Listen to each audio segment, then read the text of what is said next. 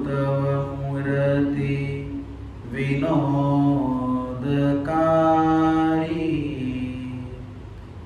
पड पल विसरे नहीं जो विसारी, जुगल चरण सोड चिन्ह जेह, नजर समीपे रहो अमारी एह।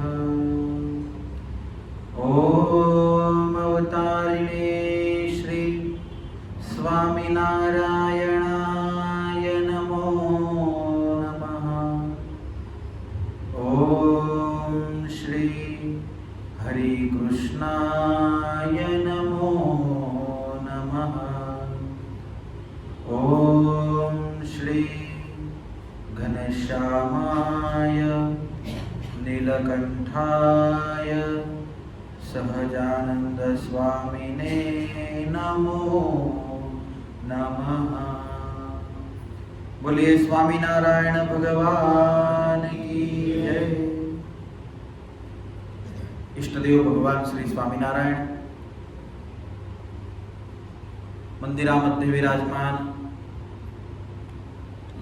घनश्याम महाराज, लक्ष्मीनारायण देव, राधाकृष्ण देव, सभेमध्ये उपस्थित सर्व हरिभक्त सौने सर्वांना जय श्री स्वामीनारायण। जय श्री स्वामीनारायण। आज आपली 33वी ही रवी सभा आणि त्या निमित्ताने जेव्हा आपण इथे सर्व उपस्थित झालो आहोत, दिल्ली परिवार सभाच्या माध्यमातून आपण गरुडामध्येचे वचनामृत श्रवण करतो आणि रविवारच्या दिवशी वचनामृत मध्ये कुठलं पण चांगलं वचनामृत आपल्याला बोध देणारं ते आपण श्रवण करतो। आजचं जे वचनामृत आहे ते खूप सुंदर आणि मोटिवेशनल आहे। भगवान स्वामीनारायण यांनी या वचनामृतामध्ये भगवंताचा भक्त असला त्याने हमेशा गुण ग्रहण करावा, खूप सुंदर त्याचे उदाहरण देऊन आणि गरुडामध्येचे 31वे वचनामृत सांगितले आहे। भगवंताचा भक्त कसा असायला पाहिजे? जो भगवंताचा भक्त त्याला सुख मिळालं नंतर तो कायमसाठी भगवंताचं भजन करणारा असणारा पाहिजे। ज्याने उपकार केले त्याचे हमेशा गुण ग्रहण करणारा असायला पाहिजे। यामधलं सुंदर वचनामृत आहे, मी वाचन करतो, नंतर आपण त्यावरती दुसरे काही प्रसंग श्रवण करू। स्वामीनारायण हरे, स्वामीनारायण हरे। संवत 1876 पौष कृष्ण द्वितीयेच्या दिवशी संध्याकाळी श्रीजी महाराज श्री गरुडामध्ये दादा खाचर यांच्या राजभवनात आपल्या निवासस्थानी पूर्वाभिमुख असलेल्या दिवाणखान्याच्या ओसरीवर गादी तकिया टाकून विराजमान होते। त्यावेळी त्यांनी सर्व श्वेत वस्त्र परिधान केले होते। कोणतं साल आहे? 1876 आणि पौष कृष्ण म्हणजे वद्य द्वितीयेचा दिवस आहे। श्वेत वस्त्र परिधान केली आहे आणि त्यावेळी योगानंद स्वामी यांनी प्रश्न विचारला की हे महाराज, भगवत भक्ताचे 2 प्रकार आहेत। त्यात एक भक्त असा आहे की निवृत्ती मार्गाला पत्करून आपल्या वचनांनी कोणालाही दुखी करत नाही, आणि दुसरा असा आहे की भगवंत व भगवत भक्ताचे अन्न वस्त्रादिकांनी फार सेवा करतो, पण आपल्या वचनाद्वारा इतरांना दुखी करत राहतो। तर या दोन्ही भक्तांमध्ये नेमका कोणता भक्त श्रेष्ठ आहे? एक आहे की जो निवृत्ती मार्गाला आहे, त्याला काही करायचंच नाही आहे, बरोबर, आणि कोणाला तो काही करतच नाही, कोणाला दुखी करत नाही, असा आहे। आणि दुसरा सांगितला की जो अन्न वस्त्राधिक करेने, म्हणजे कोणी गरीब आपला हरिभगत असला तर तो गरीब आहे, आपल्याकडे आहे म्हणून त्याची मदत करणारा असला, पण सोबत सोबत वचनांद्वारा, टाईमाला की बोलून दाखवणारा पण असला की मी मदत केली होती, तर वचनांद्वारा दुखी करणारा असला, सेवा करणारा खूप असतो, पण कित्येक वेळी वचन टोचून बोलून आणि दुसऱ्यांचं मन दुखवणारा असला, जसं की अलैया खाचर होते, खूप चांगली कथा करायचे, खूप चांगली कथा करायचे, पण कथा करून करून त्यांना असा अभिमान आला होता की माझ्यासारखी कोणी कथा करू शकत नाही, आणि त्यांनी मग मोठ्या मोठ्या संतांचा अपराध केला, मुक्तानंद स्वामींचाही अपराध केला. तर असे जे असले, तर या दोघांमध्ये श्रेष्ठ कोण आहे, यावर श्रीजी महाराज यांनी प्रश्नांचे उत्तर केले नाही. दरवेळेस काय होतं की भगवान कोणी प्रश्न विचारला म्हणजे भगवान उत्तर करायचे, पण यावेळेस भगवंतांनी प्रश्नाचे उत्तर केले नाही आणि मुक्तानंद स्वामी आणि ब्रह्मानंद स्वामी यांना बोलविले व हा प्रश्न त्यांना ऐकवून म्हणाले, आता याचे उत्तर तुम्ही द्या. तेव्हा त्या दोन्ही संतांनी उत्तर दिले की वचनाद्वारे इतरांना दुखवत नाही श्रेष्ठ कोण आहे, तर वचनाद्वारा इतरांना कोणी दुखवत नाही, पण भगवान आणि भगवंताची सेवा करीत राहतो तो भक्त श्रेष्ठ. कोण श्रेष्ठ आहे, की जो वचनांद्वारा कधी पण कोणाला दुखवत. यामध्ये पहिला पॉइंट तो सांगितला, नंतर अन्न वस्त्र अधिक देतो तो सुखी सांगितला, तो श्रेष्ठ सांगितला, पण आधी काय सांगितलं की जो कोणाचं पण मन वचनांद्वारा दुखवत नाही. वचनांद्वारा जेवढे मन दुखतात तेवढे दुसऱ्याने दुखत नाही. बघा, महाराष्ट्र म्हटलं जातं, कोण म्हटलं जातं सध्या महाराष्ट्र महासत्ता विश्वाचे कोण आहे, अमेरिका. बराबर, अमेरिकाचा सर्वात मोठा दुश्मन कोण होता, ओसामा बिन लादेन ना.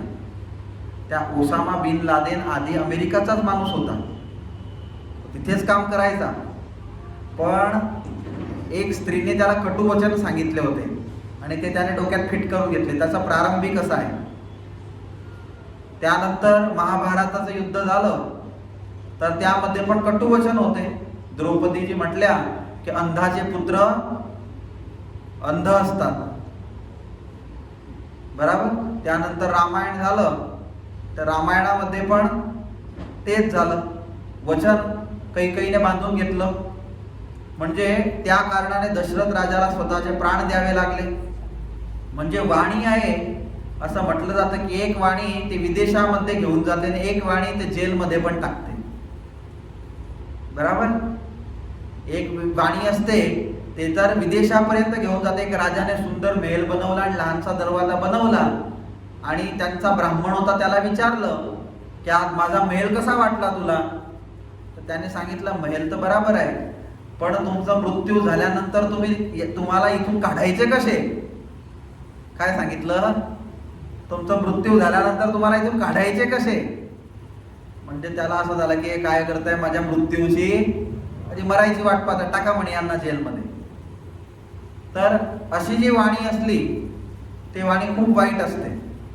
तर वाणी हमेशा, गुजरातीमध्ये अशी म्हण आहे की वाणी आणि पाणी हमेशा गाडून वापरायला पाहिजे. बराबर, आज आपली जे रवी सभा आहे त्याचं कारण काय माहिती आहे ना, परेश झांबरे यांचा वाढदिवस आहे. बराबर, त्यांच्या निमित्ताने आज आपण रवी सभा आज इथे ठेवलेली आहे. अशी आज घरी होती पण मंदिरामध्ये ठेवली आहे. आता वाणीची गोष्ट आली म्हणजे प्रमोद शेटला विसरायचं का आपण, कसा पण असो त्याला बाटलीत पुरायचा असलं तर वाणी तशी गोड पाहिजे. बराबर, हा जो शेड मध्ये आपण बसलोय ना, आज आपली या शेडची शेवटची सभा असेल. ते हा जो शेड बनवणार आधीचा होता, मी पाहिला होता त्याचा ताल, महाजनलाही माहिती असेल. ते त्याला 2-3 महिन्याच्या वायद्यावर त्याने 6 महिने केले. मग गुरु रागवले बराबरचे, मग तो नकोय तुमच्या पैशात मला काम नाही करायचं.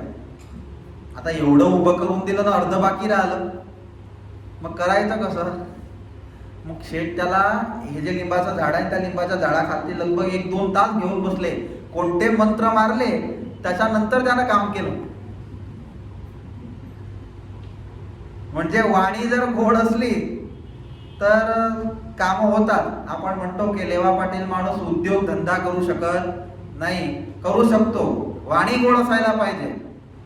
बाकीच्या जे समाजामध्ये जे अमुक लोक असतात ते एवढी वाणी गोड बोलतात. मला अनुभव झाला, मी एक सुरतला दुकानामध्ये मोबाईलचा टफन माझा तुटला होता, तर फक्त टफन बदलायला गेलो, त्याला माहीत पडून गेलं परेश दादा की हा ॲपलचा फोन आहे. मग त्याने तरतच एवढी गोड वाणी होती त्याची, मला माहीत पडून गेलं की हा गोड बोलतोय. तरी पण 3-4 वस्तू मी त्याच्या दुकानातून घेतल्या. अशा एक वस्तू दाखवत होता तो, अशा एक वस्तू दाखवत होता आणि एवढं गोड बोलत होता की अशाने असं होईल तुमचं. मग आपल्या डोक्यात तेच बसून गेलं. त्याने मला एवढ्या गोष्टी सांगितल्या की तुम्ही म्हणे महाराज वाटताय म्हणे, तुम्हाला कथा करण्यासाठी पण जरूर पडे ते स्टँड पण घेऊन जा. ते आपल्याला असं डोक्यामध्ये वाटतं खरोखर स्टँड न्यायची गरज तर आहे. मग त्यानंतर त्याला म्हणे ॲपलच्या याच्यामध्ये दुसरी वायर जात नाही, त्याचं ॲडॅप्टर पण घेऊन जा. तर 3-4 वस्तू मला चिपकवल्या. म्हणजे त्याला माझं फील्ड माहिती होतं की हे कथा करणारे असतील, प्रवचन करणारे असतील. तर वाणी अशी असली गोड की आपल्याला माहिती असलं तरी पण त्याच्यामध्ये आपण बुडून जातो. म्हणजे या दुनियामध्ये जे लोक पुढे गेले आहे ना, त्यांची वाणी गोड असते. आता यामध्ये भगवान म्हणतात की जो वाणीने कधी पण कोणाला दुखवत नाही आणि तसेच भगवंताच्या भक्तांचे अन्न धन्न वस्त्राने सेवा करीत असतो, तशा भक्ताला तो भक्त ब्रह्मानंद स्वामी आणि मुक्तानंद स्वामींनी सांगितलं की असा भक्त श्रेष्ठ आहे. परंतु मुळात निवृत्ती मार्गाने पत्करलेला असून कोणालाही तो दुखी करत नाही, तसेच भगवंत व भगवत भक्तांची सेवा सुद्धा करत नाही, त्याला तर दुर्बळ समजावे. कोणी म्हणतो की आपल्याला काहीच करायचं नाहीये, कोणी पाप करो की काही पण करो, आपण त्यामध्ये बोलायचं नाही. आणि भगवत भक्तांची आणि भगवंताची पण जो सेवा करत नाही तो कसा आहे, भक्त तर आहे पण कोणी पतला माणूस असला तर आपण काय म्हणतो त्याला, दुर्बळ म्हणतो ना.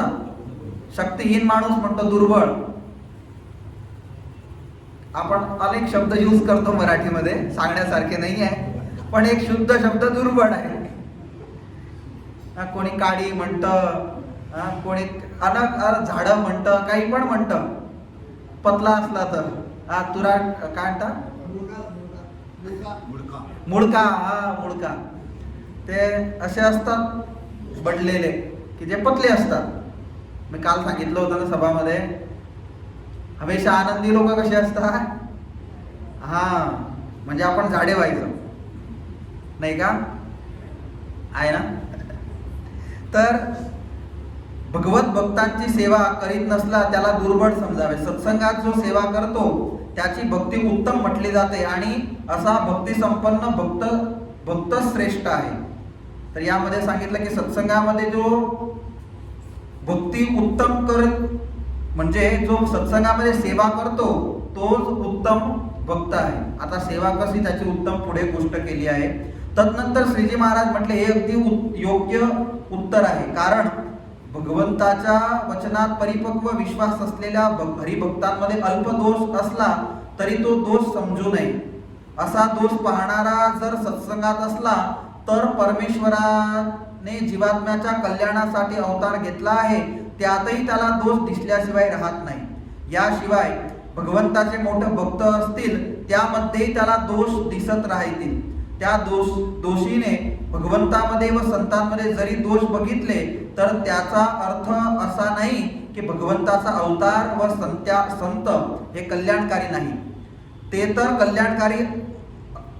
कल्याण करणारे आहेतच, पण ज्याची बुद्धी उलटी आहे त्याला ते सर्व उलटच दिसत असतं. म्हणजे या सत्संगामध्ये जो दोष पाहणारा व्यक्ती आहे, भगवान म्हणतात त्याला तर भगवानमध्ये पण दोष दिसतात.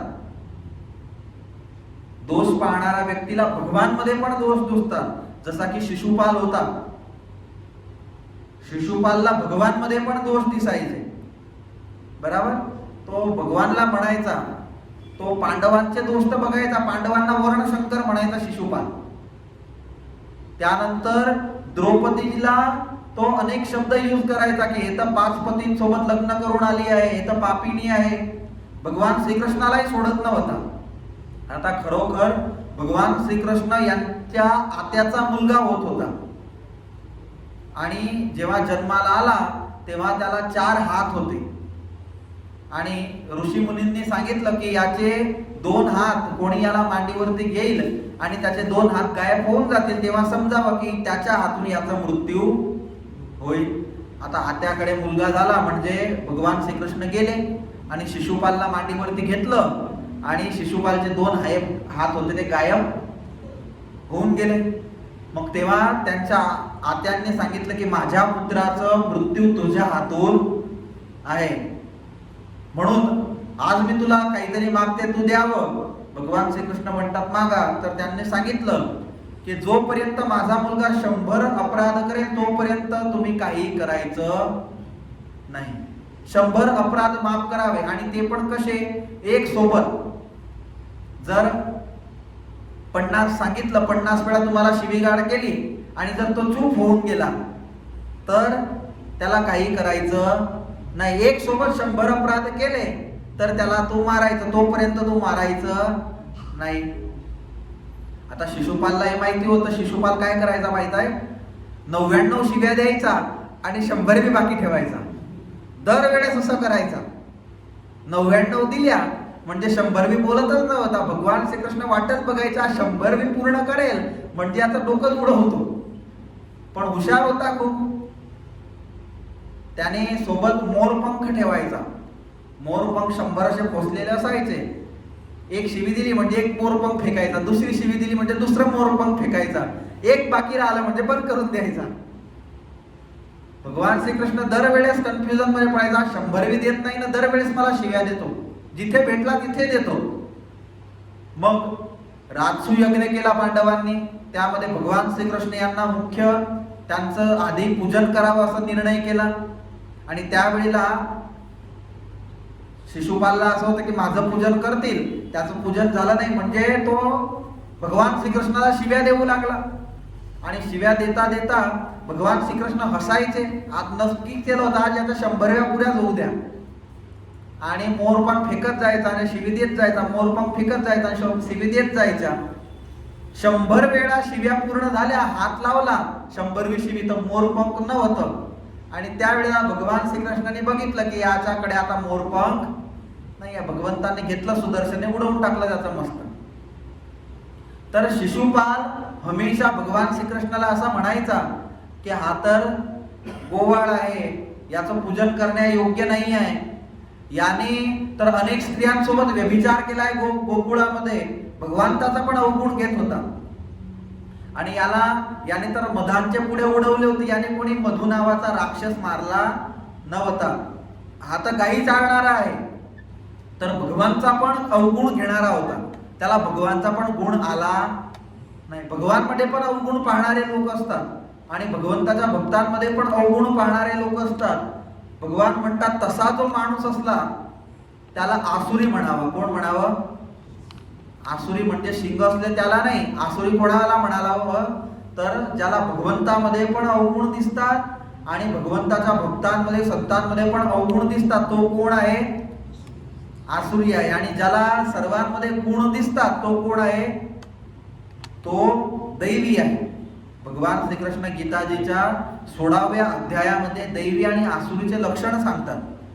भगवान स्वामीनारायण यांनी या 31व्या वचनामृतामध्ये सांगितलं. आता भगवंताचे भक्त असले, भजन करत असले, दररोज 500 माळा फिरवत असले, पण तो दैवीच आहे का? दररोज मंदिरात येणारे असले बरोबर, पण ते दैवी आहे का? ते भगवंताचे भक्तच आहे का? एक लहानसा प्रसंग तुम्हाला सांगतो. मी स्टार्टिंगला तो थोडासा सांगितला. अलैया खाचर यांनी भगवंताला प्रसन्न करण्यासाठी ब्रह्मचर्य ठेवलं होतं. लग्नच नाही केलं.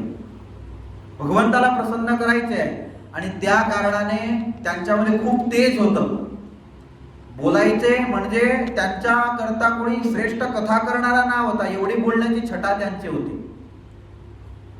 आता एक वेळी सभा भरून बसली होती गडपूरला आणि त्यावेळेस भगवंतांनी मुक्तानंद स्वामींना असं विचारलं की स्वामी, या सत्संगामध्ये जर सर्वश्रेष्ठ हरिभक्त कोणाला म्हणायचा असेल तर कोण आहे?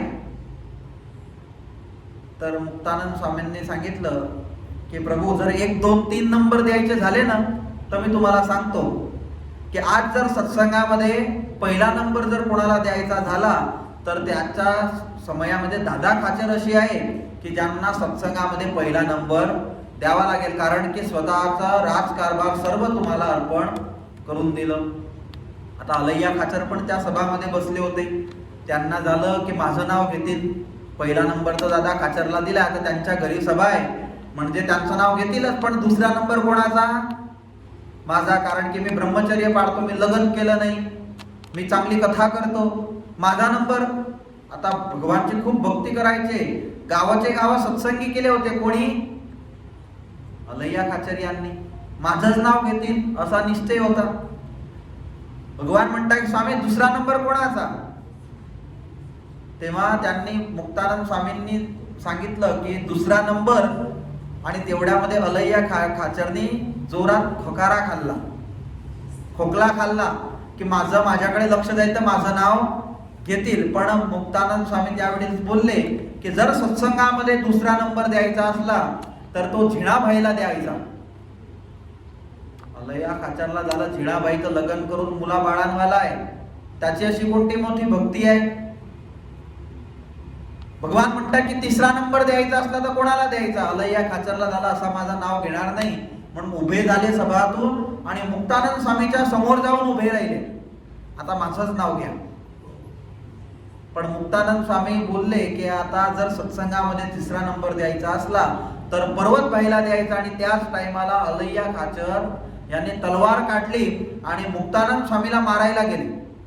आणि भगवान स्वामीनारायण यांनी हात पकडला की म्हणे राहू दे, इथं मुक्तानंद स्वामी म्हातारे झाले, त्यांना काही कळत नाही. पण भगवंतांनी विचार करून घेतला की असा जो भक्त आहे, एवढी कथा करतो, एवढं ज्ञान आहे, तरी पण मोठ्या संतांचा अपराध करतो, अवगुण घेतो. भगवान म्हटले अलैया खाचरला तुम्हीच मोठे आहे सत्संगामध्ये, माझ्यानंतर जर कोणाचा नंबर येत असला तर तुमचा आहे, कारण की तुम्ही अखंड ब्रह्मचारी आहे, तुमच्यासारखी कथा कोणी करणारा नाही. मग फुग्यामध्ये हवा फुरली तसे ते पण फुलले आणि बसले. मग तेव्हा भगवान म्हणतात चला आपण आता घेला नदीवरती आंघोळीला जाऊ. आणि मग त्यानंतर तिथून सर्व घेला नदीवरती आंघोळीला गेले, सर्व आंघोळीची तयारी करू लागले. घेला नदी पाहिली का सर्वांनी? काही पाहिली नाहीये. असे सर्व मी 200 लोकांना घेऊन गेलो होतो, सांगू का? 200 लोकांना गडपूर घेऊन गेलो. सकाळी 3 वाजता सांगितलं होतं, लोक 2 वाजतापासून फोन लावायचे, स्वामी चला. खानदेशी लोकांची एक जबरदस्त गोष्ट म्हणजे कोणती माहिती? त्यांना तुम्ही 3चं सांगा ना तर ते 2:30 वाजता तयार होतात. आणि गुजराती लोकांना तुम्ही दुपार सकाळी 7चं सांगा तर ते 9 वाजता तयार होतात. पण खानदेशी असे आहे की रात्री झोपतच नाही ते. 2 वाजता निघालो म्हणजे आम्ही तर 2:30 वाजता आजूबाजूला पोहोचले, गाड्या भरता भरता 3 वाजले असतील. तिथून निघालो, बोला 3 वाजताचे निघालो, एवढी झोप मोडली. आणि तिथे गडपूरला लगभग आम्ही पोहोचलो, अंदाजित काहीतरी 8 वाजताचा टाइम झाला होता. ते 8 वाजता असे चालत जे असतील ना, पहिली कथा, दुसरी नाही, पहिल्या कथा वेळेस मी होता तेव्हा सोबत गडपूर दर्शन करवण्यासाठी, कारण की गुरु कथा करणारे होते. दुसऱ्या कथा मी केली होती म्हणून मी ना आला होता, पण पहिल्या कथा वेळेस ती गोष्ट आहे. मग रस्त्याने जात असताना ना एक पेरूची लोटगाडी दिसली. पेरूची लोटगाडी दिसली म्हणजे लगभग तो उभे राहिलेच होते तिथे, लगभग सर्व लोक. मी सर्वांना सांगितलं चला पुढे.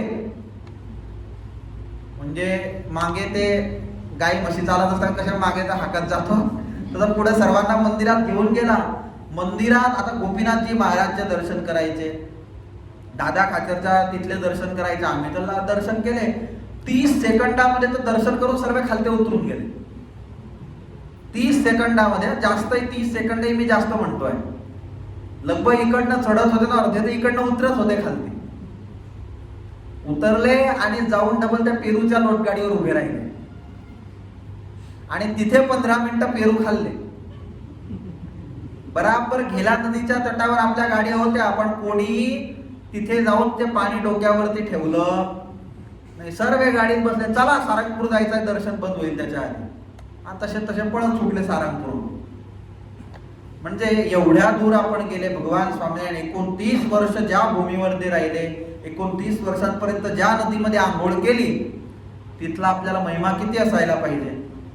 उन्मत्त गंगा महात्म्य नावाचा ग्रंथ आहे, त्यामध्ये असं लिहिलं की या गेल्या नदीचे जो दर्शन करतो त्याचे सर्व पाप जळून जातात. एवढंच नाही, या गेल्या नदीवरून कोणी पक्षी उडालं तरी पण त्याचं जीवात्म्याचं कल्याण होतं. एवढंच नाही, कोणी पक्षी कोणाचा मांस खात असला आणि त्याचा हाडूक पण या नदीमध्ये पडलं तरी पण ते ज्या जीवात्म्याचं जे हाडूक असलं त्याचं पण कल्याण होतं. गंगा समान श्रेष्ठ घेला नदी आहे.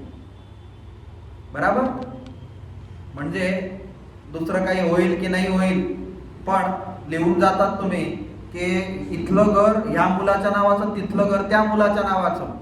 सोबत सोबत लिही जा की माझे थोडे कष्टी जाऊन गेला नदीमध्ये पण टाकून दे जा, असे लिहितात. बरं, अमुक हरिभक्त असं लिहित असतात. तुम्हाला एक आश्चर्याची गोष्ट सांगतो. कांजी भगत ज्ञानबागचे सर्वांनी दर्शन केले आहे का? ज्ञानबागला लगभग सर्वे गेले वडतालला. ते तिथे ज्ञानबागच्या जागेवरती भगवान रंग खेळले, पण आधी तिथे काही नव्हतं. पण कांजी भगत होते. आता 6 महिन्यापूर्वी 1 वर्षापूर्वी अक्षरधामात गेले. आता त्यांच्या मागे चरोतर जो आजूबाजूचा सत्संग आहे ते असे लोक आहे सर्वे की म्हणजे 1 किलोची चेन सोन्याची गळ्यामध्ये घालणारे, आणि आज पण तोंडामध्ये त्यांच्या व्यसनं असतात, पण त्यांच्या तोंडामध्ये स्वामीनारायणचं नाव कधीच नव्हतं. एवढे भयंकर लोक होते. पण कांजी भगत यांनी त्या सर्वांना गडपूरची पदयात्रा करून सर्वांना सत्संगी केले. आणि सत्संगी कसे केले तर आज पण सभा भरते, एक पण ढिल्ला असा बसलेला नसतो, एकदम टाईट बसला असतो. जरा पण इकडे मान झाली म्हणजे कांजी भगत सभामध्येच त्याला असे ओरडायचे त्याचे सर्व 7 पिढ्यांना उतरवून टाकायचे. तरी पण सभा म्हणजे 700-800 लोकांची भरायची.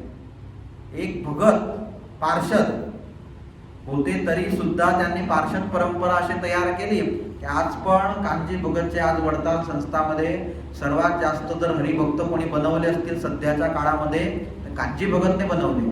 आणि कशा सत्संग माहिती आहे, आपल्याला तरी तहान लागली तर आपण बिस्लेरीचं पाणी पिऊन घेतो, पण हरिभगत कांजी भगतचा असला कधी पण बिस्लेरीचं पाणी पित नाही, तो घरचं पाणी घेऊन येतो.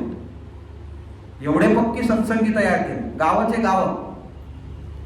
ते कांजी भगत जेव्हा धामात गेले त्या टाइमाला त्यांनी एक पत्र लिहिला. आता त्यांनी जर पत्र लिहिला नसता तर लोकांनी त्यांच्या मूर्त्या घरांमध्ये ठेवल्या असत्या, त्यांची मोठी छत्री बनवली असती. तर त्यांनी असं लिहिलं की माझ्या मागे कोणी रडायचं नाही, माझ्या मागे कोणी पण कोणती मूर्ती माझी कोणाच्या घरामध्ये ठेवायची नाही.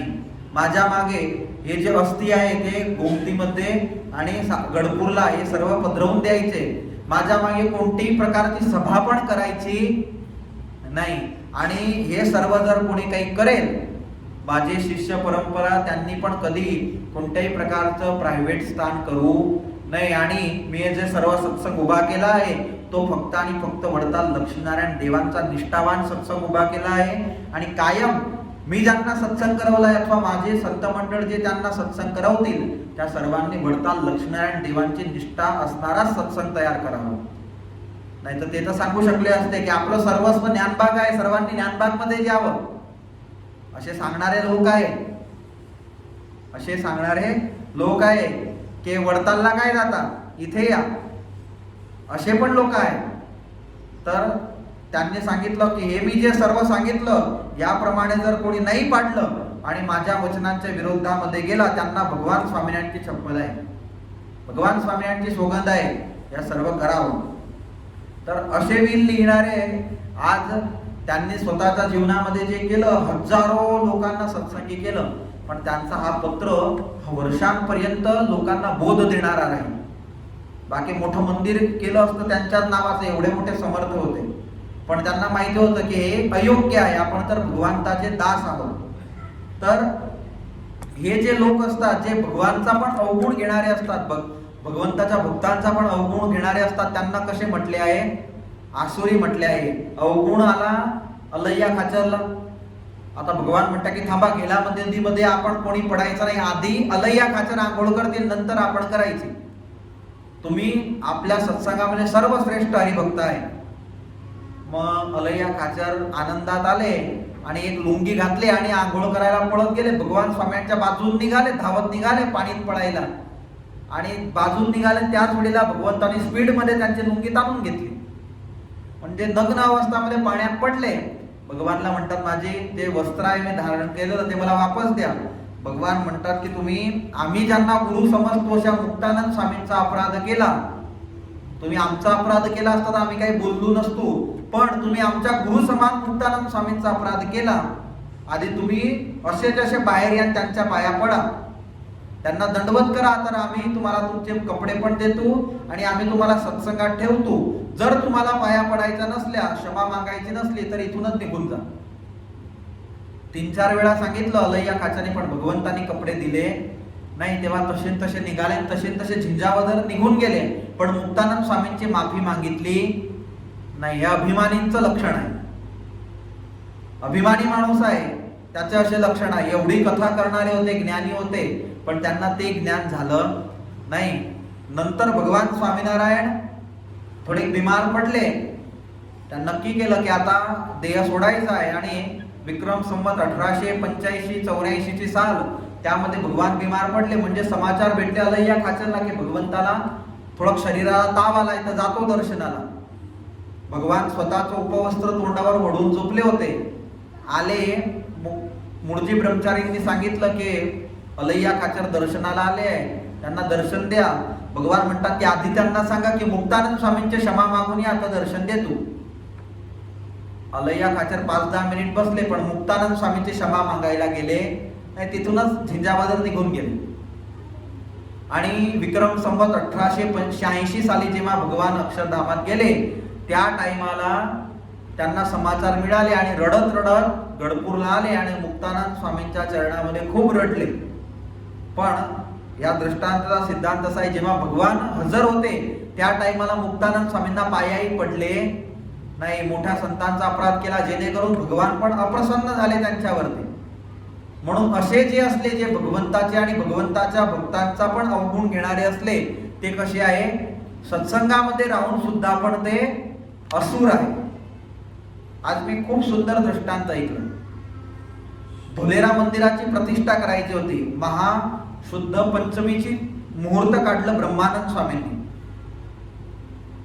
आता धुलेरा मंदिराची प्रतिष्ठा होती, ह्या बाजूला मुळी मंदिराची प्रतिष्ठा होती. जी मुळी मंदिराची प्रतिष्ठा ब्रह्मानंद स्वामी करवणार होते, आणि या बाजूला धुलेरा मंदिराची निष्कुळानंद स्वामी करवणार होते. आता ह्या बाजूला धुलेरा म्हणजे आपल्या वडताल देशामध्ये येतं. म्हणजे वडतालचे आचार्य कोण होते, आदि आचार्य रघुवीरजी महाराज होते, आणि अहमदाबादचे कोण होते, अयोध्या प्रसादजी महाराज होते. आणि मुळी देश अहमदाबाद देशामध्ये येतो. आता धुलेराला पण 30 सेम तारीख नक्की झाली, आणि मुळीला पण 30 सेम तारीख नक्की झाली. आणि भगवान स्वामीनारायण सांगून गेले होते की आम्ही गेल्यानंतर सत्संगाचे आचार्यांना पण नियम सांगणारे कोण आहे, तर हे गोपाळानंद स्वामी आहे. त्यांच्या आज्ञेमध्ये सर्वांनी राहावं. या बाजूला धुलेराची तारीख नक्की झाली, मुळीची तारीख नक्की झाली. म्हणजे ब्रह्मानंद स्वामींनी पत्र पाठवला गोपाळानंद स्वामींना, महापुरुष दास स्वामींसोबत, की तुम्ही जा आणि स्वामींना असं सांगा, गोपाळानंद स्वामींना, अयोध्या प्रसादजी महाराज आणि ब्रह्मानंद स्वामींचा पत्र घेऊन महानुभावानंद स्वामींना पाठवलं की तुम्ही याल तेव्हाच आपण महाशुद्ध पंचमीच्या दिवशी मुळी मंदिराची प्रतिष्ठा करू. महापुरुष दासजी स्वामी वडतालला आले, पत्र दिला आणि पत्र वाचला गोपाळानंद स्वामींनी, आणि समोर पत्र लिहिला की आमची तारीख नक्की होऊन गेली धुलेराला, म्हणजे तुम्ही करून घ्या, माझ्याने येता येणार नाही. पत्र घेऊन महापुरुष दासजी स्वामी पुन्हा मुळीला आले, ब्रह्मानंद स्वामींना पत्र दिलं. ब्रह्मानंद स्वामींनी पुन्हा पत्र लिहिला. पत्र घेऊन स्वामी तेवढ्यात गडपूरला आले होते गोपाळानंद स्वामी. तिथे महापुरुष दासजी स्वामी आले आणि पत्र वाचला गोपाळानंद स्वामींनी. त्यामध्ये लिहिलं होतं की तुमच्याशिवाय मुळी मंदिराची प्रतिष्ठा होणार नाही, तुम्हाला यावंच लागेल. आणि एक तुम्हाला जबरदस्त, आजच्या टाइमामध्ये आपण एक्सप्रेस वे म्हणतो ना, पॅसेंजर, आधीच्या काळात पॅसेंजर चालत होते, आता सुपर फास्ट चालतात, बरोबर. त्या टाइमामधला सुपर फास्ट ब्रह्मानंद स्वामींनी पत्रामध्ये लिहिलं की आम्ही तुम्हाला एक नाईट मध्ये मुडीवरून धोलेरा पाठवून देऊ. किती? एक नाईट मध्ये. आता 200, 250, 300 किलोमीटरचं अंतर तर असेलच अंदाजे, पण एक नाईट मध्ये कसं पोहोचवू? तर त्यांनी लिहिलं की गाड्याला गाडे आम्ही संयुक्त ठेवू. जसं की 2 गावं असतील, समजून घ्या ह्या गावाचे हरिभक्ता, इथून आपल्याला जर तिकडे सावदा जायचं आहे तर इथून तुम्हाला गाड्यावरती बसवलं तर ते गाडं तुम्हाला भुसावळपर्यंत पोहोचवून देईल. तिथून नवीन गाडा एक तयार राहील फ्रेश, तिथून तुम्हाला बसवलं म्हणजे डायरेक्ट बामणोद पर्यंत पोहोचवून देतील. बामणोदून दुसरं गाडं, तिथून तुम्हाला फैजपूर पर्यंत पोहोचवतील. फैजपूरवरून फ्रेश गाडं, म्हणजे शक्तीवालं. एकने एक गाडं गेलं तर ते 5 किलोमीटर चालल्यानंतर थकून जातं, मग ते धीरे चालायला लागतं. पण गाड्याची आम्ही अशी लाईन करू की तुम्हाला एक नाईट मध्ये आम्ही धोलेरा पोहोचवून देऊ. गोपाळानंद स्वामीला प्रस्ताव आवडला आणि गोपाळानंद स्वामी आले मुडीला. गोपाळानंद स्वामींनी तिथे भगवंताची प्रतिष्ठा अयोध्या प्रसादजी महाराजच्या हजेरीमध्ये करवली. त्या टायमाला ब्रह्मानंद स्वामी असं म्हटले की या प्रांतामध्ये तर भगवंताला नैवेद्य धरवण्यासाठी पण काही भेटत नाही, काहीतरी तुम्ही तर महापुरुष आहात, काहीतरी उपाय करा. त्या टायमाला गोपाळानंद स्वामींनी एक दाढी म्हणतो ना आपण, त्या दाढीमाचं एक झाड मागवलं आणि मंदिराच्या प्रांगणामध्ये रोपलं आणि सांगितलं की हे दाडमचं झाड आहे, हे याचं तुम्हाला जर नैवेद्य ज्या दिवशी काहीच भेटला नाही त्या दिवशी यावरून एक दाडम तोडायचं आणि यावरती पिकलेलं दाडम कधी पण दिसलं म्हणजे ते दाडम मग तुम्ही भगवंताला नैवेद्य स्वरूपाने ठेवायचं. पण कोणी दुसऱ्या माणसाला दाडम द्यायचे नाही, कोणी दुसऱ्या कोणालाच ते दाडम द्यायचं नाही. प्रसाद दिला तर चालेल, पण यातून तुम्ही दाडम कोणाला पण पाठवले तसं करायचं नाही. ते दाडमाचं झाड लावलं. या बाजूला गोपाळानंद स्वामींना ज्याप्रमाणे सांगितलं होतं एक नाईट मध्ये पोहोचवून दिले धोलेराला. इथे पण प्रतिष्ठा होऊन गेली. दाडमाचं झाड एवढं प्रसिद्ध झालं गुजरातमध्ये त्या टायमाला, खूप गोड निघालं आणि त्याची ख्याती पोहोचली सयाजीराव गायकवाड पर्यंत. मराठी सरकार होती, त्यांनी संदेश पाठवला की आम्हाला थोडे दाढीक पाहिजे आहे तर पाठवा आम्हाला थोडे. आणि गोपाळानंद स्वामी त्या टायमाला वडताल होते आणि त्या मंदिराचे कोठारी होते एक हरिभक्त. आतापर्यंत आपल्या मंदिरांचे कोठारी हरिभक्त राहत होते, जे मंदिराला समर्पित होऊन गेले तेच मंदिराचे कोठारी राहत होते. वडताल मंदिराचे कोठारी होते गोवर्धनभाई. 45 वर्ष मंदिराचे कोठारी राहिले. किती वर्ष? 45 वर्ष. ठासऱ्या गावाचे होते आणि आश्चर्याची गोष्ट म्हणजे अंध होते. पण त्यांच्या शासन काळामध्ये जेवढं वडताल मंदिर पुढे आलं तेवढं केव्हाही आलं. विहारीलालजी महाराज पासून तर 45 वर्षापर्यंत ते श्रीप्रती प्रसादजी महाराज, त्यानंतर पण अनेक आचार्यांच्या सोबत ते राहिले. देवपक्षाचे होते आणि ते गोवर्धनदास कोठारी होते. ते गोवर्धनदास कोठारी म्हणजे त्यांचं गाव ठासरा, जिथे आपले गुरु सर्वात जास्त जर गुरूंचं जीवन गेलं असेल तर ठासऱ्या गावाला गेलंय. तालुका आहे, खूप मस्त मंदिर आहे. आपल्या न्हावी करता डबल मंदिर आहे, एवढं मोठं मंदिर आहे आणि लाकडाचं आहे. त्या गावाचे ते होते आणि त्या मंदिर बनवण्यामध्ये सर्वात जास्त जर कोणाचा दान असलं तर गोवर्धनदास कोठारीचं होतं. पण संसाराचा त्याग करून आणि वडताल मंदिरात येऊन गेले होते म्हणून त्यांना कोठारी बनवले होते. ज्याला त्याला बनवायचे असतं का? ज्याला त्याला बनवलेत काय होतं, गावांकडे हालती पाहतून अमुक गावांच्या दिसून येतं आपल्याला. ज्याला त्याला बनवता येत नाही, पैशांचा व्यवहार ज्याला त्याला देता येत नाही. आता हे जे गोवर्धनदास कोठारी होते तसे कोठारी ते तर खूप पवित्र होते.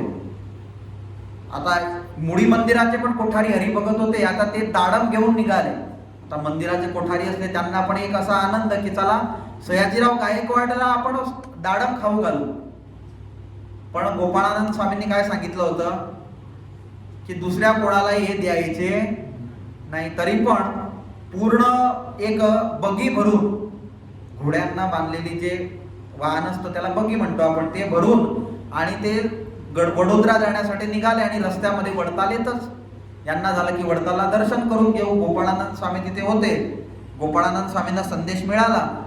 गोपाळानंद स्वामींना झाला चला जाऊ द्या, सांगितलं होतं नाही पाडलं पण सयाजीराव गायकवाडला देताय ना, देऊ द्या. पण त्या दिवशी नाईट तेव्हा जे थांबले त्या टाइमाला मंदिराचे पुजारी होते. ते मंदिराच्या पुजारींना काहीतरी शरीरामध्ये ताव असं काही झालं, बिमारी झाली आणि त्यांना वैद्यांनी सांगितलं की यांना डाळिंब खाऊ घाला, डाळिंब खाऊ घाला. आता हे तर हजारो डाळिंब घेऊन आले होते. म्हणजे गोपाळानंद स्वामींनी संदेश पाठवला एक संताद्वारा की जा मुडी मंदिराच्या कोठारीला सांगा की एक डाळिंब गोपाळानंद स्वामींनी पुजारीसाठी मागवलेलं आहे. संत गेले आणि मुडी मंदिराच्या कोठारीला सांगितलं. आता कोठारी असला त्यालाही त्याचा पावर असतो. अजून आम्ही कोण, मंदिराचे कोठारी, असा पावर असतो ना. आता त्याला पावर आणि सांगितलं की मंदिराच्या पुजारीसाठी पाहिजे आहे. तेव्हा त्यांनी सांगितलं की हे थोडी मंदिराच्या पुजारीसाठी, स्वामीला पाहिजे असलं तर सांगा देतो, बाकी त्याला भेटणार पुजारीसाठी नाही येतं, सयाजीराव गायकवाडसाठी आणलंय मी. दिले नाही आणि निघून गेले पुढे. या बाजूला गोपाळानंद स्वामीला कळालं. गोपाळानंद स्वामी म्हटलं आमच्या पुजारीसाठी दिले नाही, मी नाही सांगितलं होतं कुणाला द्यायला तरी पण तू घेऊन जातोय. जा, आजपासून तुझे सर्व झाडं सडून जातील, बळून जातील. रस्त्यात जात असताना ते सर्व बळून गेले, सडून गेले सर्वेचे सर्वे.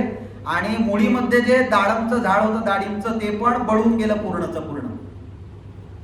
म्हणजे या दृष्टांतावरून समजायचं काय आपण, तर यामध्ये गोपाळानंद स्वामींनी ते झाड लावलं होतं, त्यांच्या वचनांनीच ते झाड एवढं गोड निघालं. पण गोपाळानंद स्वामींच्या वचनांनी त्यांनी एक डाळिंब सुद्धा दिलं नाही. म्हणजे असे जे जीव असतात ते आसुरी जीव म्हटले जातात. कसे, तर ते जे भगवंताची आज्ञा पाळत नाही, संत हरिभक्तांची आज्ञा पाळत नाही आणि त्यांच्यामध्ये अवगुण पाहतो. गोपाळानंद स्वामींनी सांगितलं देऊन टाकतं, दिलं. पुजारीला थोडी द्यायचं असतं. पुजारी कोण असा असतो, तर फिरणारा, ज्याला काही येत नाही म्हणून तो पुजारीला लागला, असा विचार करून त्यांच्यामध्ये अवगुण पाहणारा असतो. म्हणजे एक वेळा मी महापूजा करत होता ना, तर महापूजा करता करता, इथली नाही बाहेरची गोष्ट आहे, तर त्यांनी मला सांगितलं की ब्राह्मण असतात ना स्वामी म्हणे, ब्राह्मण नाही नाही ते 3-4 म्हणे पूजेमध्ये दक्षिणा ठेवायला सांगतात. काय सांगतात, पूजेमध्ये दक्षिणा ठेवायला सांगतात. पण षोडशोपचार विधी असा आहे की खरोखर त्यामध्ये दक्षिणा ठेवल्याशिवाय पूजा पूर्ण होत. आणि ब्राह्मण तुम्हाला थोडी म्हणतोय की तुम्ही 500 रुपये ठेवा. ब्राह्मण तर आधीपासूनच लिहून देतो बिचारा की सुट्टी दक्षिणा घेऊन आण जा. तुमच्या 1 रुपयामध्ये त्याचं थोडी घर भरलं जाणार आहे. म्हणजे असा विचार करू नये की हा पुजारी बसलाय ना, आपण जातोय त्याच्याकडे पूजा करवतोय म्हणून तर आपण त्याला पैसे द्यावे लागणार आहे, पैशांसाठी बसलाय. तो त्याचं बघेल बिचारा, त्याचं घर चालवायचं आहे त्याला, तो करेल. पण आपण तर प्रेमाने जातो. एक तर जाऊच नाही आणि गेलं तर प्रेमाने करावं. म्हणजे अवगुण कधी कोणामध्ये पाहू नाही. आता भगवान त्याची सेवा स्वीकार करताय तर करत असतील, त्याचे पुण्य असतील तसे. भगवान स्वामीनारायण तर असं म्हणून गेले आहे की ब्राह्मण असला, त्याने आपल्याला शिवी दिली, त्याने आपल्याला मारलं, तरी पण तो आपल्यासाठी पूजनीय आहे. एवढा पूजनीय आहे. आता आपल्या ज्या साईसा मंदिरांची प्रतिष्ठा ज्या ब्राह्मणांच्या हातून झाली, त्या ब्राह्मण आपल्या 3 दिवस पर्यंत महारुद्रयाग करणार आहे. त्या पूजेमध्ये तेच ब्राह्मण येणार आहे. आपण स्टार्टिंगला जो महाविष्णू याग केला होता त्यामध्ये पण आपण त्या ब्राह्मणांना बोलवलं होतं. उमरेडचे ब्राह्मण सर्व तेच आहे. तर एक परिवार नाही, असे तर भरपूर परिवार आहेत त्यांचे. पण आपल्या वडताल संस्थामध्ये 3-4 ब्राह्मण येत असतात. त्यामध्ये सर्वात पवित्र आणि सर्वात शुद्ध उच्चारणवाले ब्राह्मण आपण बोलवले. आणि कसे, सत्संगी ब्राह्मण बोलवले. कोणत्याही प्रकारचे तमाखू गुटखा की असे खाणारे नाही. मी सांगून दिला आधीच त्यांना की असे असले तर आणू नका, 2 ब्राह्मण कमी आणा, पण असे आणायचे नाही.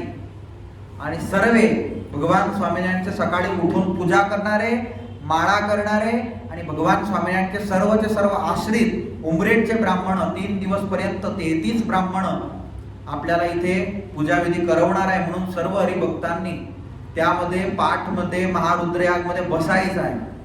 असा लाभ पुन्हा येणार नाही. महारुद्रयाग पुन्हा होईल की नाही होणार त्याचं पण नक्की नाही, आणि ते पण मंदिरावरती होईल किंवा नाही होणार. सध्या तिथे खूप पाणी पडत आहे, म्हणजे आपण विचार करतोय की ह्याच मंदिरामध्ये करून टाकायचं आहे, खिडक्या सर्व काच खोलून टाकायचे, म्हणजे दूर सर्व निघून जाईल. तिथे जर केलं, पाऊस पडला तर खूप खलाभारप होते. म्हणून ही जागा पण आपली उत्तम आहे, आणि हे सिंहासन उद्याच्या दिवशी तिकडे आपण फिट करतोच आहे. म्हणजे इथे देवतांचं स्थापन पण होईल, इथे मोठा यज्ञ पण होईल, आणि बाकीची सामग्री जे दिसते ते सर्व निघून जाईल. म्हणजे जागा तेवढी खाली होईल, तर इथे पण आपल्याला पूजामध्ये बसता येईल. एक इथे करू, नाही तर तिथे करू, असं चालू आहे. अजून लगभग इथेच होईल. तर यामध्ये जे गोष्ट केली आहे किंवा आसुरी जे स्वभाव आहे ते तर भगवंतामध्ये पण अवगुण पाळणारे आहे. त्यावेळेस पुन्हा मुनींनी विचारले, आता शेवटचा प्रश्न आहे, 2 मिनिटांमध्ये पूर्ण करू. हे महाराज, जे मोठे हरिभक्त असतात त्यांच्यामध्ये कदाचित दोष दिसणार नाही, पण साधारण हरिभक्तात कुठलाही पटकन दोष दिसून येतात, याचे कसे समजावे? मोठा हरिभक्त असला म्हणजे मोठा, ज्यांनी प्रश्न विचारला त्यांचा अनुभव कसा होता, म्हणजे पैशांवाले असतात ते मोठे, ते हरिभक्त असतात, त्यांच्यामध्ये दोष दिसत नाही. दोष दिसतात का? नाही दिसत. पण कोणी गरीब असला त्याच्यामध्ये दोष दिसून येतात, त्याचं कसं समजावं? तेव्हा श्रीजी महाराज म्हटले, तुम्ही जसे समजत आहात तसा भक्तांमध्ये अजिबात लहान मोठापणा नसतो. तर मग आता मोठं कोण ना लहान कोण? आपण सभामध्ये म्हणतो की मोठ्या हरिभक्तांनी येऊन आरती करायची आहे, मोठ्या हरिभक्तांनी पुढे येऊन उभं राहायचं आहे. तर मोठं कोण आणि लहान कोण? तर भक्तांमध्ये मोठा, पण भक्तांमध्ये मोठापणा तर प्रत्यक्ष भगवंताच्या निश्चयाने व भगवंताच्या आज्ञेचे पालन केल्याने येतो. मोठा हरिभक्त कोण आहे?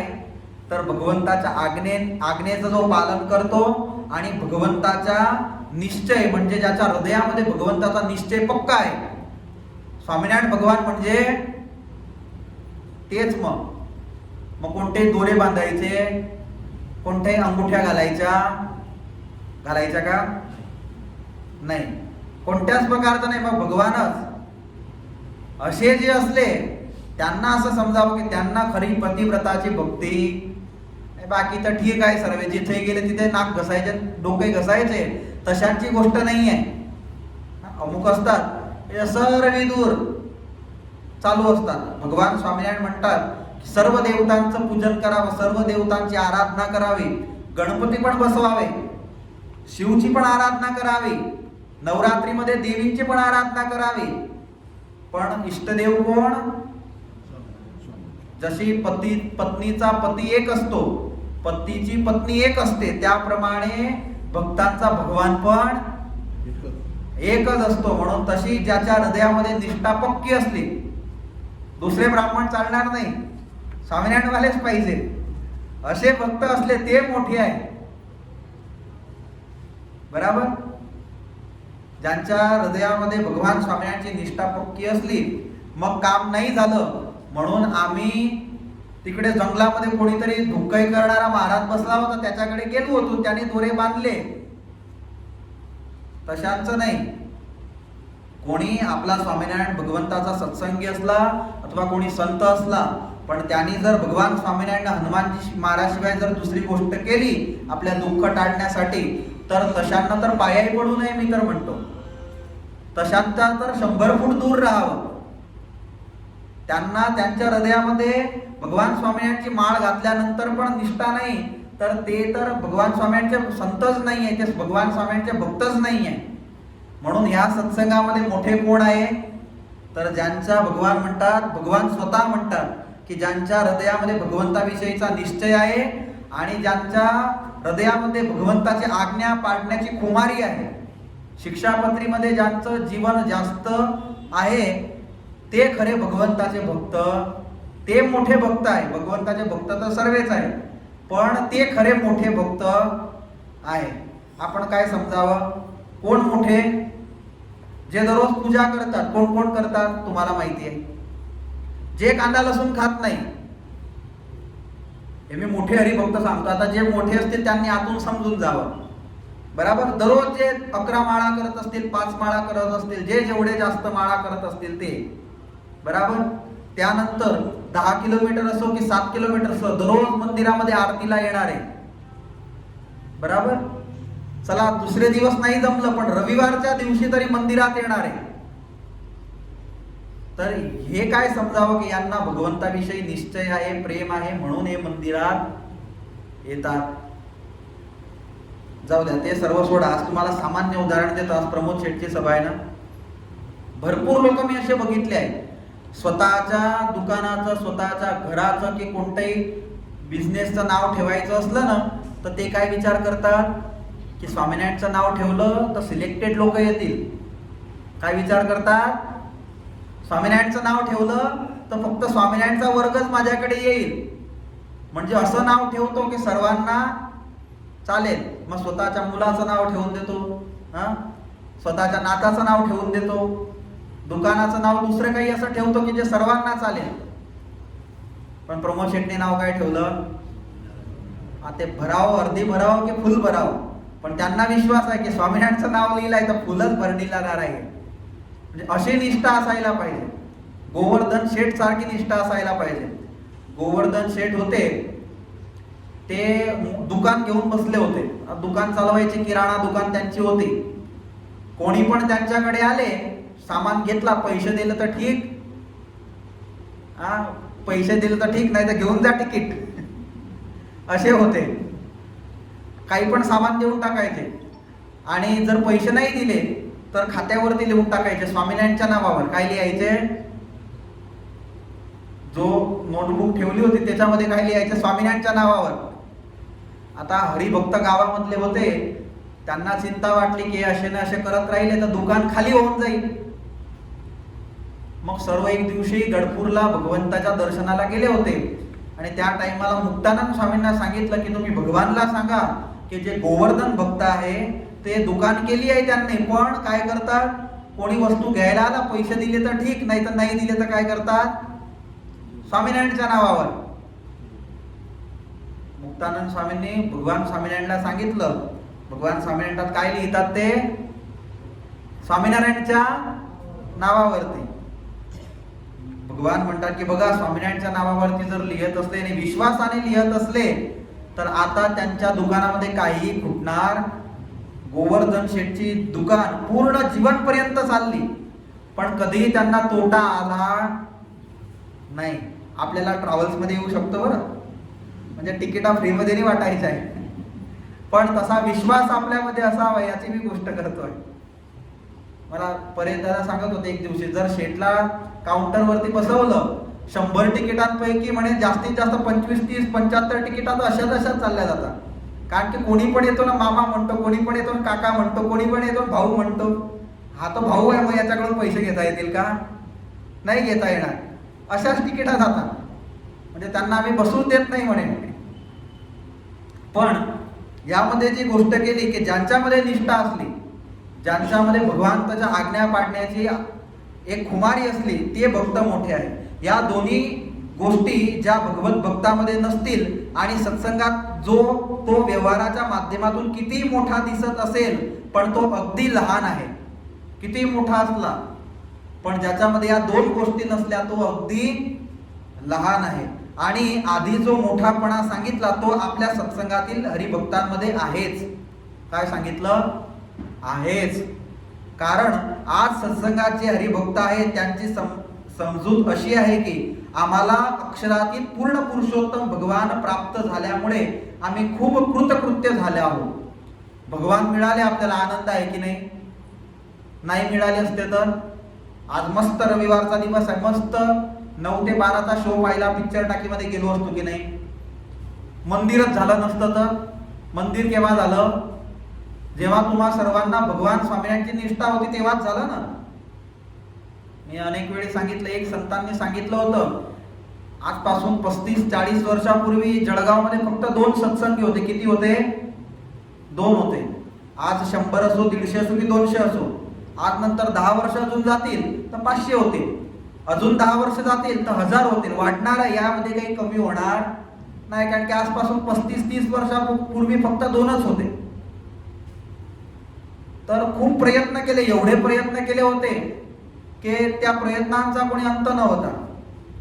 एकने असं सांगितलं होतं की लिहून घ्या, जळगावमध्ये मंदिर होणार नाही, असंही सांगणारे होते. पण केव्हा झालं? जेव्हा भगवंताची इच्छा होते तेव्हा होतं. पण सर्वांमध्ये भगवान स्वामींची निष्ठा वाढली तेव्हा झालं की नाही? निष्ठा केव्हा वाढते? सत्संगाच्या माध्यमातून वाढते. काही पण म्हणा, सागर पार्कच्या उत्सवानंतरच मंदिर बनवण्याची इच्छा झाली ना. आपल्याला वादे भरपूर लोकांनी केले होते की आम्ही मंदिर करून देऊ, तसे तर कुठे पत्ताही नाही लागला त्यांचा. आणि त्यांचे मन खराब होते म्हणून पत्ता नाही लागला.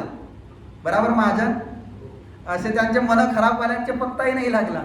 पण ज्यांचे मन शुद्ध होते, धीरेस्कन झालं, 4 वर्ष जागा घेतल्यानंतर मंदिर थांबलं असेल, पण झालं ते बेस्ट झालं. देर से आहे लेकिन दुरुस्त आहे. असं झालं की पूर्ण महाराष्ट्र, पूर्ण भारत त्याची नोंद घेईल, पूर्ण स्वामीनारायण संप्रदाय त्याची नोंद घेईल, असं मंदिर झालं. बाकी आपण बसलो, एवढंच मंदिर गावामध्ये केलं होतं तर इनफ होतं. पण त्याचं फक्त स्वामीनारायण भगवंताच्या आश्रितांसाठी झालं असतं. पण आज हनुमानजी महाराजांची एवढी विशाळ प्रतिमा उभी होते आहे, एवढं मोठं विशाळ मंदिर होत आहे, एवढे जबरदस्त इथे आपण डेव्हलप करू, बगीचे करू, जबरदस्त यामध्ये कार्य होईल, हॉस्पिटल झालेली आहे. तर याच्या माध्यमातून हजारो लोकांचा प्रवाह मंदिराशी जुडेल आणि हजारो लोक त्यामधून, हजारोंपैकी असे 100 तरी असतील की जे भगवान स्वामीनारायणचं भजन करणारे होतील. म्हणजे आज सर्व सत्संगामध्ये जे हरिभक्त तुम्ही इथे बसले, तुम्हा सर्वांना आनंद आहे का? की आम्हाला भगवान स्वामीनारायण भेटले याचा आनंद आहे का? हो की नाही? हो ना. काय आहे? एक तर स्वामीनारायण मंदिरामध्ये जेवणाचं चांगलं भेटतं, आमचं जेवणाचं चांगलं असतं, बाकीचं दुसरं जाऊ द्या. मी कालच विचारलं होतं, घरचं जेवणाचं आवडतं की मंदिराचं? चांगलं वाटतं ना. त्याचाही एक आनंद व्हायला पाहिजे. आम्ही स्वामीनारायणचं भक्त आहोत म्हणजे आम्ही शुद्ध तूप खाणारे आहोत. कसं? डालडा की शुद्ध? शुद्ध. मग ते पचो की नचो पचो, पण शुद्ध खाणारे आहोत.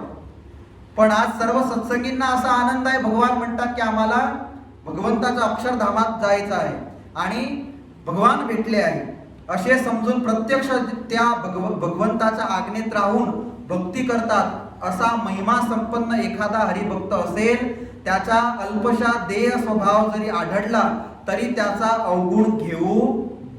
बघा आता इथे सर्व भगवंताचे भक्त बसले आहे, लहान मोठे कोणामध्ये अवगुण असले, भगवान म्हणतात त्यांच्यामधला अवगुण घेऊ नाही. मग काय घ्यायचा? गुण घ्यायचा. कोणी पण इथे सत्संगी असले, बिचाराला काही माहीत पडत नसलं, अमुक अमुक आपल्यामध्ये पण असे कार्टून असतात, कोणाला बिचारायला नवीन सत्संगी असले, दुसऱ्या तिसऱ्यांदा मंदिरात येत असले, त्यांना माहिती नसतं.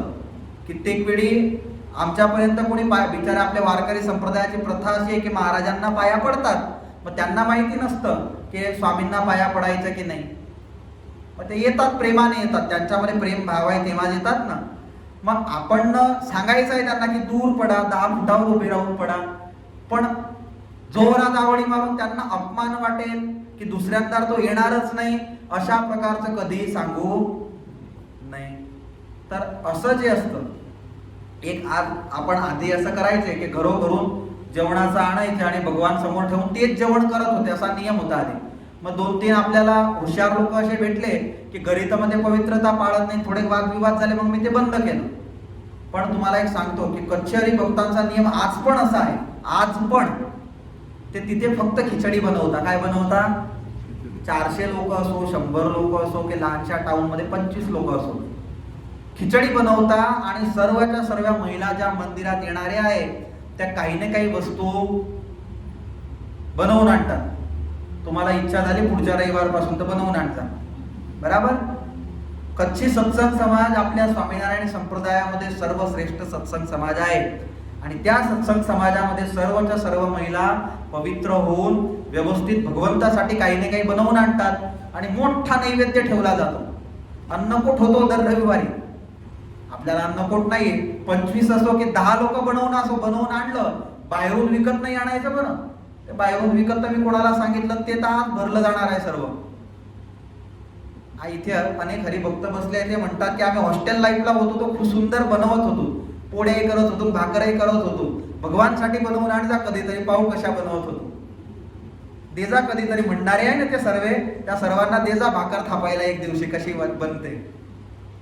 तर आपण पण भगवंतासाठी आणायचं, पण पवित्र होऊन आणायचं. तर असे जे हरिभक्त आहे ते महिमा संपन्न आहे, त्यांच्यामध्ये जर अल्पशा अवगुण कोणामध्ये दिसला तर कधी पण त्या अवगुणांसमोर पाहू नाही, असं समजावं की याच्यामध्ये भक्ती आहे, प्रेम आहे, केवढ्या प्रेमाने एवढं बनवून घेऊन आले आहे. असा प्रेम भाव जेव्हा आपल्याला दिसेल तेव्हा आपण खरे हरिभक्त आहोत. बाकी अवगुण जर आपल्याला आला तर आपण हरिभक्त आहोत का? म्हणजे असा जर अवगुण घेणारा कोणी असला तर त्याला सांगावं, भाऊ तू जर स्वामीनारायण भक्ता सत्संगी असला तर तू कितलावं वचनामृत वाच, 31वं वचनामृत वाच. कोणी जर आज नंतर सर्व हात उंच करा, उजवा हात उंच करा, सर्वचे सर्व करा. आज सर्व भगवंताच्या साक्षीमध्ये असा संकल्प करा की कोणी जर हरिभक्त असला, मंदिरामध्ये आल्यानंतर कोणी जर कोणाचा अवगुण घेतला भगवंताच्या समक्ष, कोणी पण भगवंताच्या समक्ष भारांबेसर हात उंच करा, ट्रस्टी लोकांनी आधी करायचा. तर अवगुण जर कोणी घेतला तर आम्ही सर्व त्याला सांगू की 31वं वचनामृत वाच. कितवं 31वं हात ठेवा. तर त्याला त्याचे डोळे खुलतील. त्याच्याने काय होतं की 2 जण दुसऱ्या हरिभक्ताचे अवगुण म्हणत असले तर तिसरा ऐकणारा त्याची पण बुद्धी फिरते. आणि हरिभक्ताचा जर अवगुण आला तर तो मग नरकामध्ये जातो. म्हणून आपल्या कारणाने कधी पण कोणत्याच हरिभक्ताचा अवगुण दुसऱ्या हरिभक्ताला यायला नको. मग तो कोणत्या पण भक्त असला, तो वारकरी असला, राम भक्त असला, कृष्ण भक्त असला, कधी पण त्याचा अवगुण आपल्याला यायला नको. आपल्याला गुण नाही आला ना तर राहू द्या, पण मंदिरामध्ये येतोय तर कधीच कोणत्या हरिभक्ताचा, कोणी हरिभगत असला त्याची देहक्रिया थोडी उलटी सिद्धी असली, त्याला स्वामीनारायण नाव बोलता येत नसलं त्याला आपण शिकवावं, त्याला माळा फिरवता येत नसली त्याला शिकवावं. पण त्याला येत नाही आहे त्याचं दुसऱ्या 5 जणांना सांगू नाही, त्याची निंदा करू नाही. त्याच्याने भगवान खूप नाराज होत असतात. आणि जर तुम्ही कोणाला शिकवलं आणि तो जर चांगल्या रीतीने भजन करता झाला तर भगवान एक वचनामृतामध्ये असं म्हणतात की तो जे काही पुण्य करेल त्याचा 10वा भाग तुम्हाला मिळेल. आलं का लक्षात? 10वा भाग तुम्हाला मिळेल. म्हणजे कोणी हरिभगत आला त्याला दंडवत करता येत नसले तर आपण शिकवावे. कच्ची सत्संग समाजामध्ये दुसरी एक गुण असा आहे महाजन की ते हरिभक्त असा आपल्याला कायम सांगतात की स्वामी करोडपती, त्याच्यामध्ये कोणी असा सामान्य तर नाहीच आहे तिथे आफ्रिकामध्ये. तर ते लोक आम्हाला सांगतात की आमची प्रशंसा तुम्ही करूच नका. काय सांगतात? आमची प्रशंसा तुम्ही करूच नका, आम्हाला तुम्ही नियम धर्म सांगा आणि आमच्यामध्ये जे तुम्हाला दिसत आहे की जे टाळण्यासारखं आहे ते तुम्ही टाळा. तर त्यांना सांगितलं, त्यांना एकच कथा आवडते की आमचं चुकत आहे ते सांगा. आपल्याला कोणती कथा आवडते? म्हणजे माझी कथा त्यांना जास्त आवडत होती, कारण की दिसलं ते सांगूनच द्यायचं आपण. म्हणजे मला अशी अपेक्षा आहे की तुम्हा हरिभक्तांना पण काही प्रशंसाची गरज नाही. आपण प्रशंसा घेण्यासाठी आलो नाही. प्रशंसा पाहिजे असले दुसरे तिसरीकडे दान देसाल सामाजिक संस्थांमध्ये, म्हणजे ते प्रशंसा करतील. पण आपण इथे आलो आहोत, आपण भगवंताची भक्ती करायला आलो आहोत, आपल्या जीवात्म्याचं कल्याण करायला आलो आहोत. आपल्याला जेवढा टाइम भेटतोय तेवढं तर आपण इथे येतोय. म्हणून प्रशंसा नाही, पण इथे आपण आपल्या जीवात्म्याचं कल्याण करायला येतो. म्हणजे जे काही आपल्याला दिसलं ते आपण एक दुसऱ्या हरिभक्तांना सांगावं. आणि ज्यांनी आपल्याला सांगितलं त्याचा कधी पण अवगुण येऊ देऊ नका. आज मला माहिती आहे, आज आहुती देताना आम्ही यज्ञ करत होतो. आहुती देताना शेट्टी 2-3 वेळा असं टाकलं तर मी तरतच त्यांना इशारा केला. मला माहिती आहे त्यांना कितीही मी सांगितलं ते व्यवस्थित करतील, पण त्यांना राग येणार नाही. एक प्रमोद शेठ मधून घेण्यासारखा एक गुण असा आहे, त्यांच्यावरती तुम्ही काही काम प्रसंगी काही पण बोला ना, त्यांना सांगा, पण त्यांना कधी राग येत नाही. हा खूप मोठा गुण आहे. त्यांना असा आनंद होतो की मला चला चांगलं सांगितलं. हा एक आनंद आपल्या दरेक सत्संगींना असायला पाहिजे. असा दरेक मध्ये एक लहान मोठा गुण आहे. आपल्या दिनूदादा आहे बरोबर, दिनूदादामध्ये एक सामान्य गुण आहे. त्यांना तुम्ही सांगा भाजीपाला आणायचा आहे मंदिराचा कोणता काळ, तर सकाळी 4 वाजतापासून भाजी मार्केटमध्ये पोहोचून जाते. तर असे जे गुण अमुक हरिभक्तांमध्ये आहे, तर ते गुण ते आपण पाहावे. मग त्यांच्यामध्ये जर कोणता अवगुण असला तर तो अवगुण पाहू नाही. मग असं कोणत्या पण हरिभक्तामध्ये असो तो अवगुण कधीही पाहू नये ना आमच्या समोर पण त्या अवगुणांचं वर्णन करू नये. हात जोडतो तुम्हाला. कोणताही हरिभगत असला, कोणत्या तुमचे भाऊ असले, पण ते सर्व पारंपराने सत्संगाचे आहे. कधी त्यांचे अवगुण सांगू नाही. ते कोणाविषयी पण काही पण बोलले असले तर आम्हाला नको सांगा. ते बोलले त्यांचं भोगवतील ना, त्यांचं करतील. म्हणून या सत्संगामध्ये गुण घ्यावा. आणि ज्याला नेहमी इतरांमध्ये गुणाऐवजी अवगुण दिसतात त्याची बुद्धी आसुरी आहे हे स्वीकारावे. इति वचनामृतम गरडा प्रथम प्रकरणचे 31वे वचनामृत झाले. सहजानंद स्वामी महाराज की जय.